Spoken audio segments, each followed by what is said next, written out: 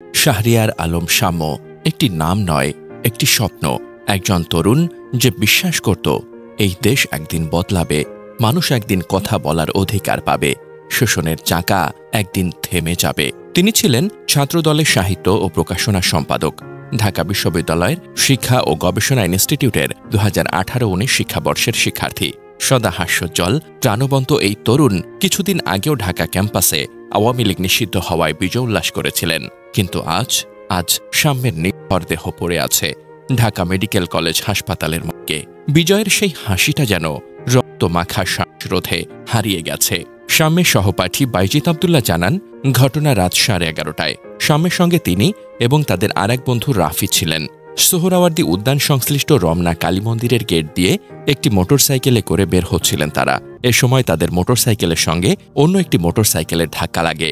অন্য মোটরসাইকেলে থাকা আরোহী উত্তেজিত হয়ে ওঠেন। তার সঙ্গে থাকা 10 থেকে 12 জন 4টি মোটরসাইকেলে ঘটনাস্থলে আসেন। এ সময় তাদের সঙ্গে শাম্য এবং তার বন্ধুদের কথা কাটাকাটি হয়, যা মারামারিতেও রূপ নেয়। এক পর্যায়ে শাম্যকে ছুটকাঘাত করে পালিয়ে যায় দলটি। যখন সংবাদটি শাম্যের বাবা মায়ের কানে পৌঁছে, তারা ছুটে আসেন হাসপাতালের মর্গে। তাদের আদরের ছেলেটা, যার হাত ধরে তারা একদিন ঢাবি ক্যাম্পাসে এসেছিলেন ভর্তি করতে, আজ নিথর পড়ে আছে মেঝেতে। কেউ কি করেছে? আমার ছেলেকে কেন মারবরা? প্রশ্ন করছিলেন শাম্যের অসহায় বাবা। ঢাবির প্রক্টর এসে জড়িয়ে ধরেন, সান্ত্বনার চেষ্টা করেন। কিন্তু সেই কান্না, সেই আর্তনাদ কে শোনে? কে এই হত্যাকারী? কারা ছিল এই বহিরাগত হামলাকারীরা? ক্যাম্পাসে যদি একজন ছাত্রনেতা নিরাপদ না থাকেন, তাহলে সাধারণ ছাত্র কোথায় যাবে? প্রশাসন ব্যর্থ হলে নিরাপত্তার ভার কে নেবে? শাম্যের রক্তে ভেজা এই শহর কি চুপ করে থাকবে? আমরা আর বিবৃতি চাই না, আমরা নিন্দা চাই না, আমরা চাই জবাবদিহিতা। আমরা চাই এই হত্যাকাণ্ডের প্রতিটি জড়িত ব্যক্তি হোক গ্রেফতার, হোক বিচারের মুখোমুখি। এটা শাম্যের জন্য নয়, এটা আমাদের সকলের ভবিষ্যতের জন্য।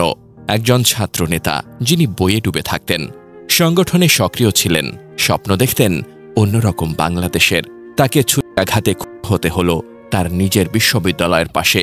আজ শাম্যের বন্ধুরা শোকে মুহ্যমান, ঢাকা বিশ্ববিদ্যালয় শোকাচ্ছন্ন। শাম্যের মা, যিনি ভেবেছিলেন ছেলেটা একদিন বড় হবে, আজ তিনি শুধু চোখের পানিতেই ভাসছেন। এই দেশ কি শুধুই রক্তের দাগে লেখা হবে? আমরা নিরাপদ কোথায়? শাহরিয়ার শাম্য কি শুধুই একটি নাম থাকবে, নাকি হবে পরিবর্তনের শেষ ডাক?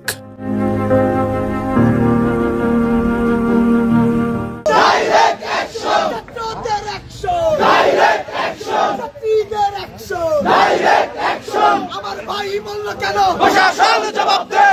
তুই জবাব দে। আমার ভাই বলল কেন? আমার ভাই বলল কেন? তুই জবাব দে।